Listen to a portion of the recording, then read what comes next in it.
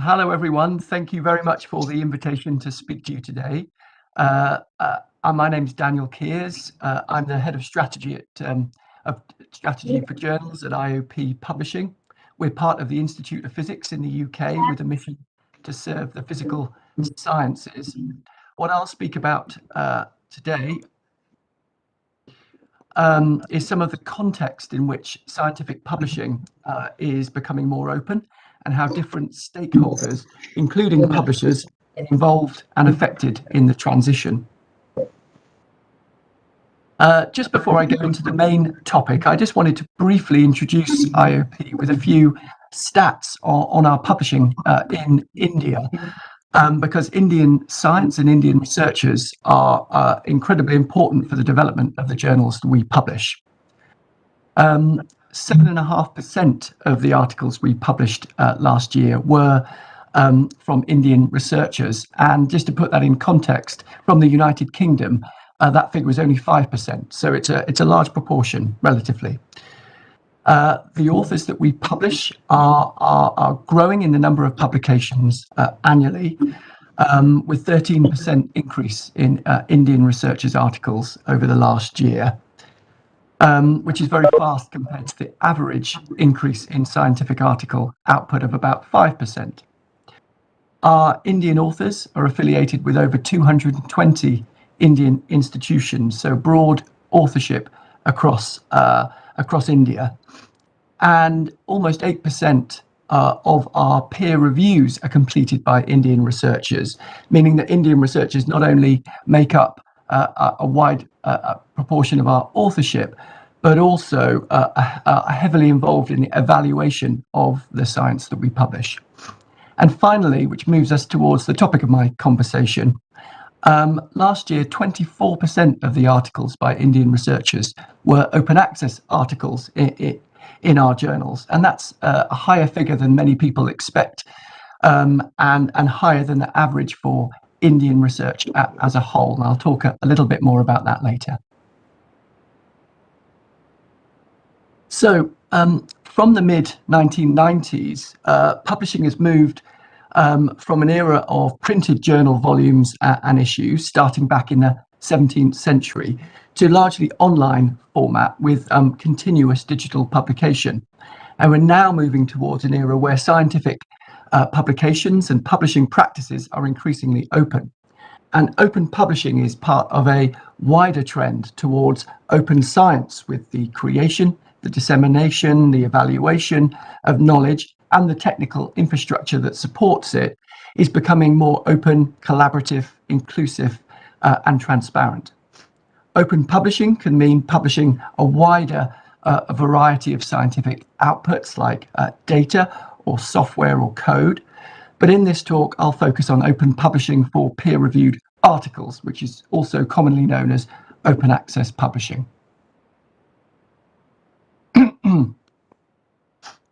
So we're seeing a move from limited access and limited reuse rights for scholarly publications, with the system paid through subscription fees and institutional licenses, to more open access publishing. Open access publishing has two primary forms or routes: gold open access and green open access. Gold open access broadly defines open access for the final edited, published, and curated version of articles. Gold OA doesn't necessarily define the business model. The costs of the scholarly system could be paid by researchers and funders, by institutions, or by external sponsors and donors, or a combination. Green open access, on the other hand, is really subscription-based publishing for the final version of an article, combined with depositing the author's final draft copy in an open repository, either immediately or after a delay. Now, the ideal business model for gold open access is yet to be agreed, and it may differ in different geographies. But we believe Gold OA is the only form of full open access publishing, because it's a purely open model in terms of publishing and in terms of economics. Green open access relies on the continuation of the subscription model and therefore is inextricably tied to the traditional model.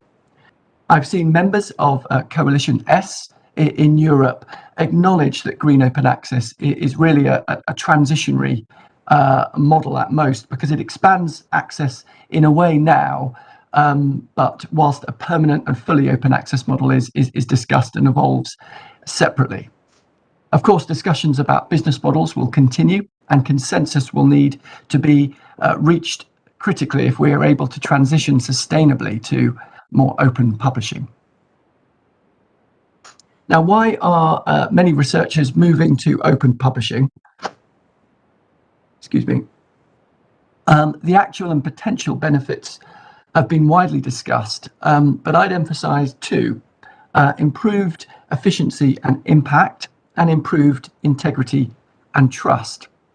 Efficiency and impact are enhanced when research is accessible earlier and more widely. At IOP, for example, we calculate that our open access articles receive on average 30% higher citations and 80% higher readership than non-open access articles. Integrity and trust are supported when research is more easily and widely scrutinized, and when peer review processes are more transparent. Many journals claim to use rigorous peer review, but we know there are many predatory journals. Opening up the system of peer review more transparently makes it clearer when science is truly being thoroughly assessed and when it's not. Despite the benefits, many people recognize that we can't move the entire system immediately to an open model. This is because scholarly publishing, to its credit, is a collaborative global exercise. Around the world, there's not yet consensus around what open publishing should look like, how it should be funded and incentivized, and what infrastructure is required to support it.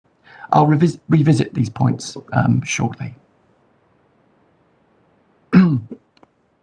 So there are many stakeholders in open publishing, including, of course, the general public, who benefit from access to research.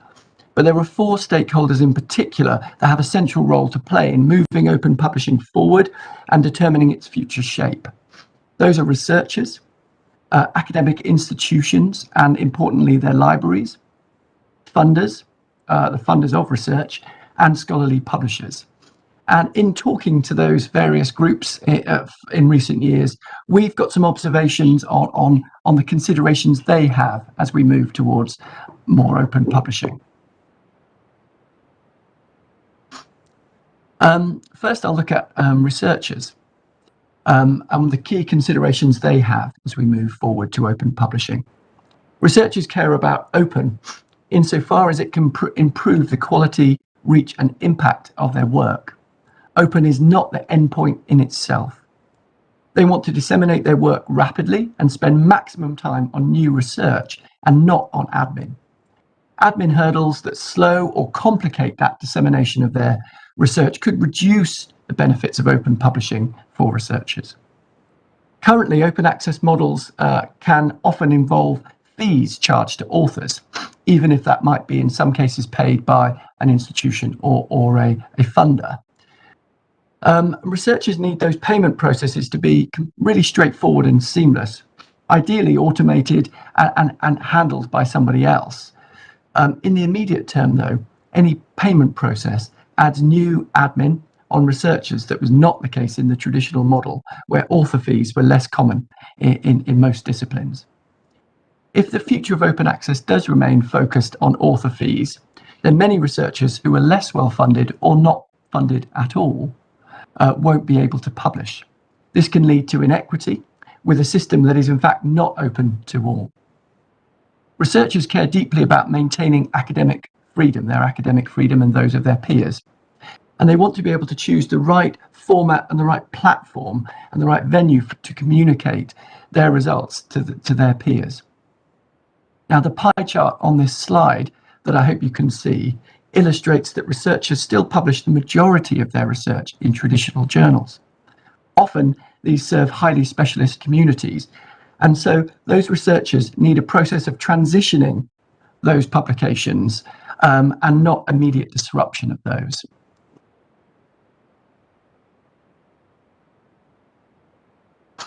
Now, moving on to institutions and institutional libraries.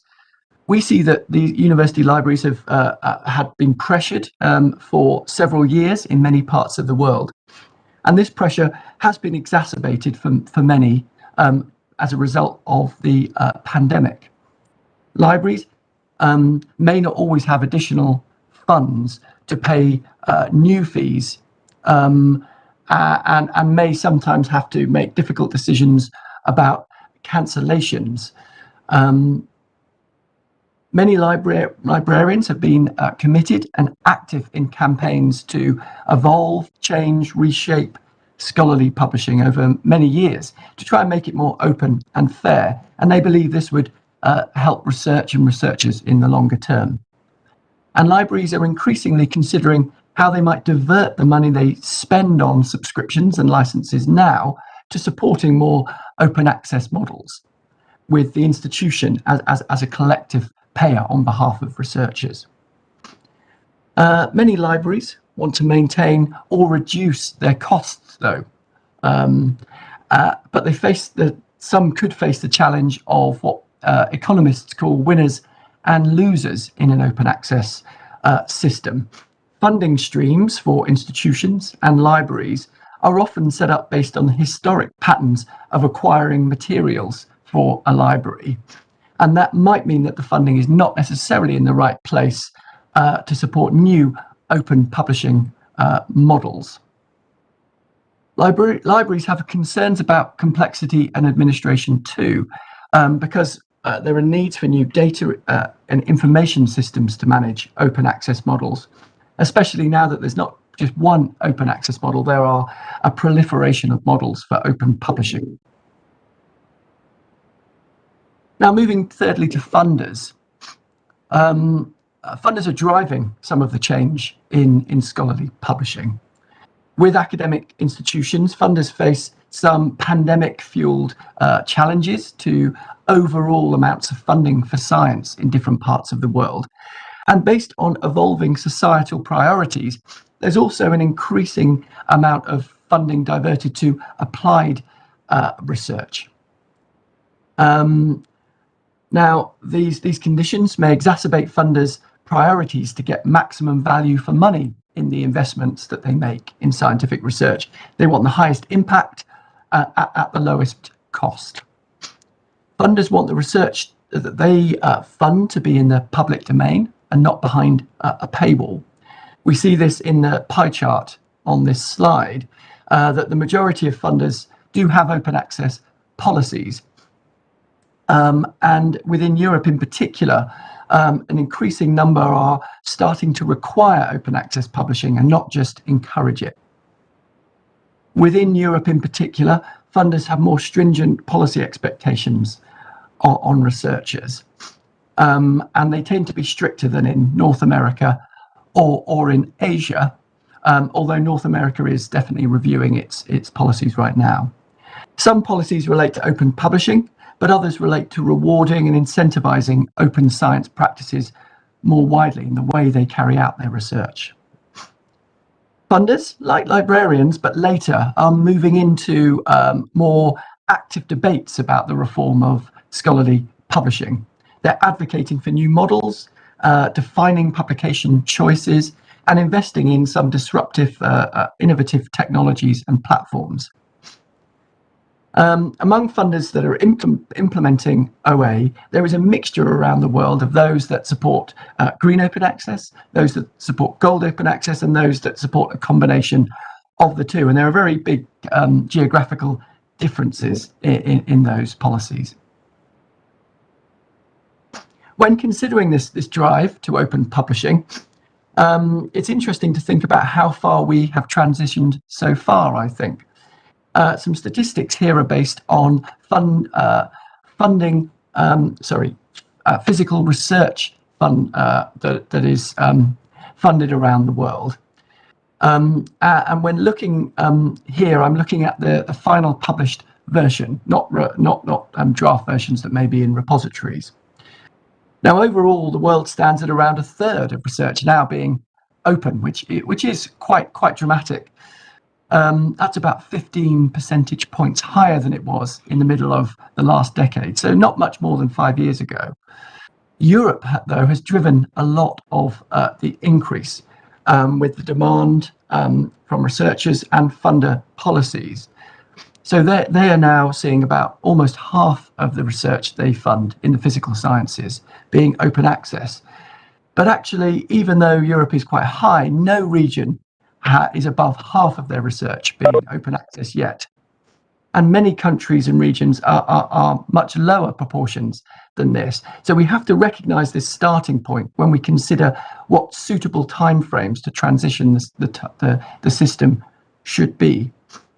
India has a slightly lower proportion than some of the other regions noted here, but I was interested to see that in the physical sciences that IOP works in, the average annual growth in Indian open access articles for the same period was almost 10 percentage points higher than for the Indian output as a whole. So it was 23% average annual increase in open access compared to 14% average increase in output in physical sciences, including open access and non-open access. So just looking at summarising some of the themes I see from the considerations with those first three stakeholders, I think you see some of the benefits and the obstacles that I mentioned playing out.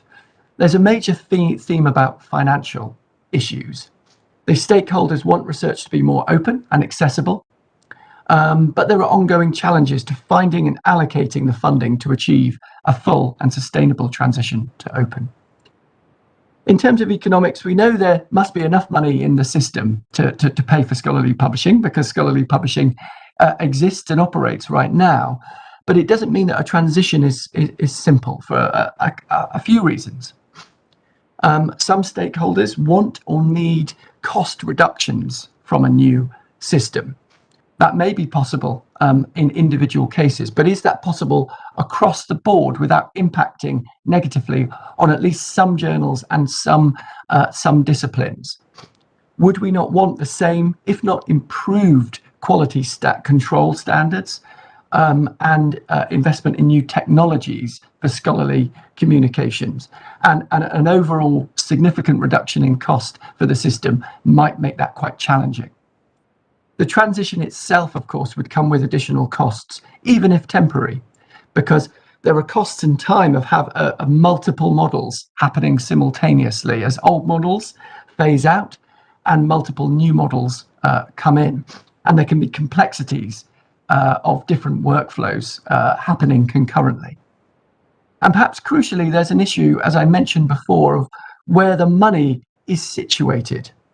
Fully open access systems would need, on average, more money to be channeled to where there is more research undertaken, because those researchers that read more research than they produce would credibly expect to reduce their costs when the content is free to read. So we can't assume that they will continue to pay the same amount. So there would be some shift in the burden of cost to research-intensive institutions, research-intensive regions and countries. To give you an example, within the physical sciences, our area, when you look at the top 500 research producing institutions in India, the top 10% of those produce 40% of the research articles in a given year. And this percentage is even higher in China, for instance, it's 45%. So that phenomenon is very, very real. We also see among these stakeholders that all of them want research to have greater impact, and researchers themselves want to have a direct impact on scientific advances, of course. That's why they do research. But some institutions and funders' priority is to move to open access for the overall benefits they see to the system, and those longer-term positive impacts on science. But for some researchers, a very rapid transition that prevented them publishing, for instance, in the most prestigious journals in their field, might mean that they have less individual impact and career opportunities in the short term. And of course, this may impact on early career researchers even more than more senior researchers. So there are different issues to consider there. And regarding infrastructure, new OA models and funder policies will need new systems for payments, for article tracking, author identification and reporting. And this requires new technology, new skills, new steps in the process of publishing an article. And of course, these requirements will add some cost and complexity, and they may add time to the process of publishing, at least in the shorter term. Now, moving to publishers such as ourselves. Many, if not all, publishers are very supportive of open access and provide routes to publish open access, particularly in the physical sciences. That's the case. That aligns with our mission, certainly of an institute like IOP, with our mission to support and expand the reach of physics research globally. So it's not about a concern with open access, but a concern that we don't lose what's most valuable in the existing system of publishing. I want to share a small case study that illustrates some of the risks we want to avoid in any transition to open publishing. In the UK recently, there was a major new policy announcement on open publishing. And in our discussions with those, we raised 3 concerns that we just wanted everyone to be aware of. Now, as I showed you, the world and parts of Europe, particularly the UK, have made considerable progress towards open access, with increasing proportions of research being open access. We think in the UK that in all of the UK's research could be open access by 2023, so quite soon. But putting green open access policies at the forefront of an open access policy could risk reversing some of these trends towards open access, because by appearing to be free, it may be the choice for many researchers and institutions when there are funding pressures. But of course, green open access relies on the continuation of subscription payments, so it doesn't facilitate a long-term transition to a fully open publishing world. We also believe that peer review quality, managing the standards and processes, upkeeping the integrity of the scholarly literature, such as corrections, managing retractions, ethical disputes, journals that are right in the centre of doing this, should continue to be enhanced and not eroded. And so the financial sustainability of the system and the staff working on these issues need a stable financial basis. And finally, we respect academic freedom and researchers' choice. And so we think OA policies must take this into account if they want to restrict publication choices and think about suitable timescales for change.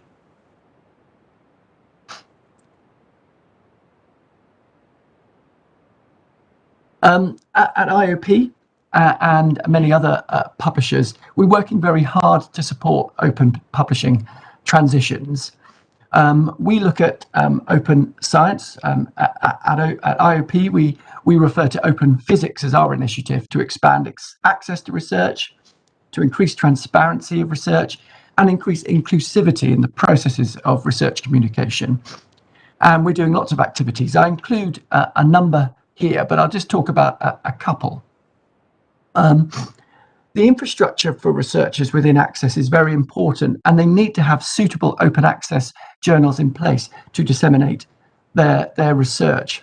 So we're creating or transitioning high quality open access journals as much as possible, so that researchers have very strong journal choices when they want or need to publish open access. We transitioned our largest journal last year to open access, Materials Research Express.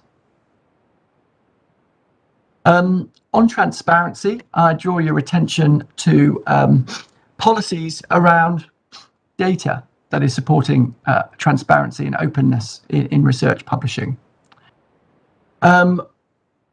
We have introduced policies to limit restrictions on access to data.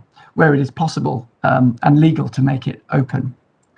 We require statements about the availability of research data to accompany the research publications in our journals. So there is transparency about whether research data is open and where to find it. And lastly, in terms of inclusivity, we are among one of the first publishers, certainly scientific publishers, to make double anonymous, also known as double blind peer review, the default standard across our journals. And we do this to try and reduce unconscious bias in peer review, as reviewers won't know the identity of authors without concerted investigative effort. So just a few final points to finish. All the stakeholders I've talked about broadly are supportive of open access and open science, but being such a global and collaborative enterprise, for it to become a permanent solution, we need to work together and be prepared to enter into very open and honest dialogue. It will involve asking and agreeing responses to difficult questions. We need further agreement on what the system should look like, what will change, but also what needs to stay the same and be protected. How will it be funded and who will pay for that? We also need to make sure that a new system is fairer than the system it replaces and doesn't put up new barriers to participation around the world that weren't there in the previous models. Now, despite the challenges, though, I'm optimistic we can make progress.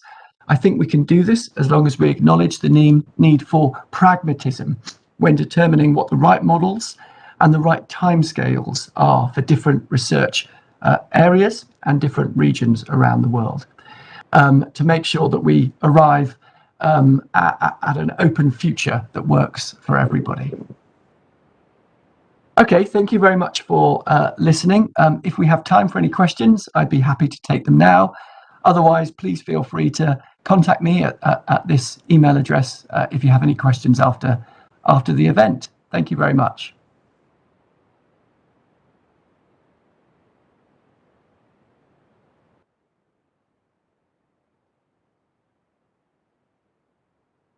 Yes, Mr. Daniel Kiers, that was a wonderful and very descriptive talk on open access, and we thoroughly enjoyed it. Are you able to hear me? Yes, I can hear you loud and clear. Yes. Now, the question is, you were finally asking so many questions. That is for debate or for your whatever, I do not know. Okay, in between you said something like, high impact journals are now making few of their publishers are starting fully open access. Actually, the problem here is when high impact journals start open access, their APCs are also high. How do you think we cope with it? Well, no, that is problematic, I think, and a challenge around the world. So I don't think there is an immediate solution. What there are two different strands, I think. In the immediate term, us, as well as some other publishers, have policies to discount and waive APCs for countries, regions, individuals around the world with less access to funding. For instance, at IOP, it's not the same everywhere. All of our open access journals have a 50% discount for Indian researchers, for instance. And for some countries, it's 100% discount. But of course, I believe that publishers and institutions or consortium of institutions need to engage in dialogue over months and years to work out models to help divert the necessary funds to find a sustainable approach to collectively paying for sustainable open access costs in journals. And that may be moving away from individual APC payments that are, can be high for certain journals. Actually, this different pricing for different countries is again not very correct. I feel that makes us Indians, we got this feeling, okay, we can bargain a bit more sometimes. So I believe open access has to be, there has to be some higher amount fixed. The APC should not be above this for this much impact factor, like that some equation, some scale has to be there, I feel. If the impact factor of a journal is above 3, let the APC be there, but otherwise let the APC be very, very small, and it should be negotiable, I feel. What is your opinion on that? Well, that's very interesting. Something I would be interested to think further about. Actually, my views are not mainstream in terms of impact factors. I believe we are in a position where we're moving gradually away from purely looking at impact factor to determine the quality of journals. And I think there are many more factors around. Were you listening to the talks in the lectures in the morning some time back? Because there was a talk where one Madam Devika Mandali spoke about O factor, O2O factor. That is for open access. She said we should have an O factor rather than impact factor. Have you heard about it? I haven't heard about that. What? I don't know what the O stands for. O is open access, open to fully open access it was. And okay, we also had for the first time, though it is started, that such an idea has started, we do not know. We'll get to know more in due course. And any questions from the audience online or elsewhere? Generally, the questions are a bit less online. So more people will look at it through YouTube and other things in due course, and you may get your questions posted to you at a later time also. So with this, we close, and thank you so much. That was a very interesting talk. We got to know the complete details on open access.